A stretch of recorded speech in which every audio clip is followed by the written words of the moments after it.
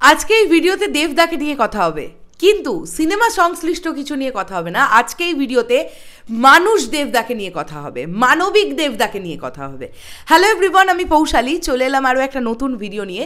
তোমরা নিশ্চয়ই সবাই জানো যে দেবদা একটি পার্টিকুলার নির্দিষ্ট রাজনৈতিক দলের সঙ্গে যুক্ত, যদিও আমরা রাজনৈতিক কোনো ভিডিও খুব একটা আমাদের চ্যানেল থেকে করি না। প্রথমত আমি রাজনীতি নিয়ে খুব একটা বেশি কিছু বুঝি না, মানে আমার বোধগম্য হয় না। আমি জাস্ট চারিদিকে যেটা ঘটে সেটা দেখি, আর সৃঞ্জয় বোঝে, বাট এগুলো নিয়ে অনেক কন্ট্রোভার্সি হয়, তাই আমরা করি না, আমরা আলোচনা করি না, কারণ আমরা সিনেমা নিয়ে কথা বলি, আপডেট দিই, রিভিউ করি, ইত্যাদি ইত্যাদি। তো একটা বিষয় চোখে পড়লো, এখান থেকে আমরা আবার বুঝতে পারবো যে সুপারস্টার দেব তো তিনি দেবদা, ঠিক আছে, তিনি তো সুপারস্টার, তিনি প্রচুর ভালো বক্স অফিস কালেকশন দিচ্ছেন, ভালো ভালো সিনেমা তৈরি করছেন, দর্শক তার সিনেমা ভালোবাসছেন, তাকে ভালোবেসে দেখতে যাচ্ছেন, এটা একটা আলাদা দিক। এই যে লাস্ট লাইনটা আমি বললাম, তাকে ভালোবেসে সিনেমা দেখতে যাচ্ছে, কেন তাকে ভালোবেসে সিনেমা দেখতে যাচ্ছে? একটা মানুষ, আজকে আমাকে যে কজন মানুষ ভালোবাসে, আমি কিছু একটা করেছি তাদের ভালো লেগেছে বলে তো আমাকে ভালোবাসে, যে কটা মানুষই ভালোবেসে থাকুক। আজকে দেবদা না এরকম লক্ষ লক্ষ মানুষের ভালোবাসা পাচ্ছে, কেন জানো? আমি দেখলাম 3 ঘন্টা আগে একটা রিল ভিডিও তৈরি হয়েছে, সেখানে দেখতে পাচ্ছি সৌরভ পাল বলে একটি ছেলে, যার মাথা ফেটে গেছে। গতকাল থেকে এই বিষয়টা কিন্তু ঘটছে, আমি 2-1 স্টিল ফটো দেখলাম, কিন্তু 3 ঘন্টা আগে একটা রিল ভিডিও দেখে আমার তাক লেগে গেছে ভাই।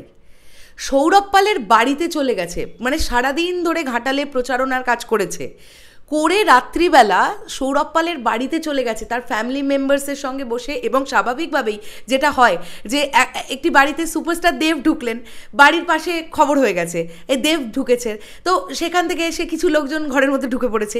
তো ওই রকম একটা অবস্থার মধ্যে দেবদা কি সুন্দর রিল্যাক্সেশনে বসে বসে গল্প করছেন, প্রত্যেকটা মানুষের সঙ্গে, প্রত্যেকটা মানুষের যা যা প্রশ্ন সেগুলোর উত্তর দিচ্ছেন বসে বসে। হ্যাঁ, এটা থেকে অনেকেই বলতে পারে এগুলো রাজনৈতিক গিমিক, এগুলো তো করতেই হবে। আরে ভাই, কজন করছে? রাজনীতি তো সিনেমা সংশ্লিষ্ট মানুষ কমজন করছেন না, কিন্তু কজনকে আমরা এমনটা দেখতে পাচ্ছি? আমার মনে হয় না এটা কোনো রাজনৈতিক গিমিক। দেবদা আসলেই মানুষ হিসেবে খুব ভালো একটা মানুষ। নাহলে তোমরা বলো, আমি খুব ছোট্ট একটি ইউটিউবার, আমার কি যোগ্যতা আছে? আমি কিন্তু দেবদার কনভয়ের পেছনে একটা গাড়িতে ঘুরেছিলাম, দেবদার ঠিক পিছনে পিছনে। তো দেবদা মানুষটাই এরকম, তিনি জানেন মানুষের বিপদে মানুষ পড়লে কিভাবে তাকে সাহায্য করতে পারে, এবং ঠিক যেন দেখে মনে হয় আমার পাশের বাড়ির একটা ছেলে। মানে আমি যদি কোনো সময় বিপদে পড়ি, আমার পাশের বাড়ির দাদাটা ঠিক যেভাবে ঝাঁপিয়ে আসবে বিপদমুক্ত করার জন্যে, দেবদা ঠিক সেই রকম একজন মানুষ। আজকে তাই এই ভিডিওতে দেবদার মানবিক দেবদাকে নিয়ে আমরা কথা বললাম, এখানে কোনো আমরা সুপারস্টার দেবদাকে নিয়ে কথা বললাম না। আর এই যে কথাটা বললাম, এই যে মানুষগুলোর ভালোবাসা দেবদা পাচ্ছে, এরই ফলস্বরূপ আমরা দেখতে পাই বক্স অফিস কালেকশনটা। তো দেবদা তো সিনেমা ছাড়া তো দেবদা নন, এটা তো মানতে হবে।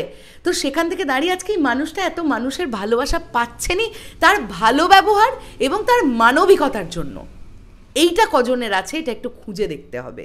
মানে সিনেমা সংশ্লিষ্ট মানুষ যারা রাজনীতিতে নেমেছেন, মঞ্চে উঠে বক্তৃতা অনেককেই দিতে দেখি, কিন্তু সত্যি মানে একদম কাঁধে কাঁধ মিলিয়ে সশরীরে গিয়ে সমবেদনা জানানো বা তাদের ফ্যামিলির সঙ্গে বসে গল্প করা, একটা মধ্যবিত্ত বা নিম্ন মধ্যবিত্ত পরিবারের মানুষের সঙ্গে বসে বসে গল্প করা, তাদের সঙ্গে হাসি ঠাট্টা মজা করা, এই বিষয়গুলো একটা আলাদাই ব্যাপার ভাই, এটা মানতে হবে।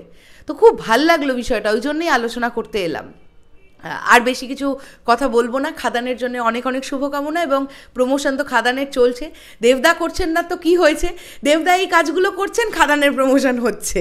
আলটিমেটলি এই মানুষগুলো প্রত্যেকজন খাদান দেখতে যাবে, আমার এমনটাই আশা। দেখা যাক কি হয়। শেষ করলাম ভিডিওটা, টাটা।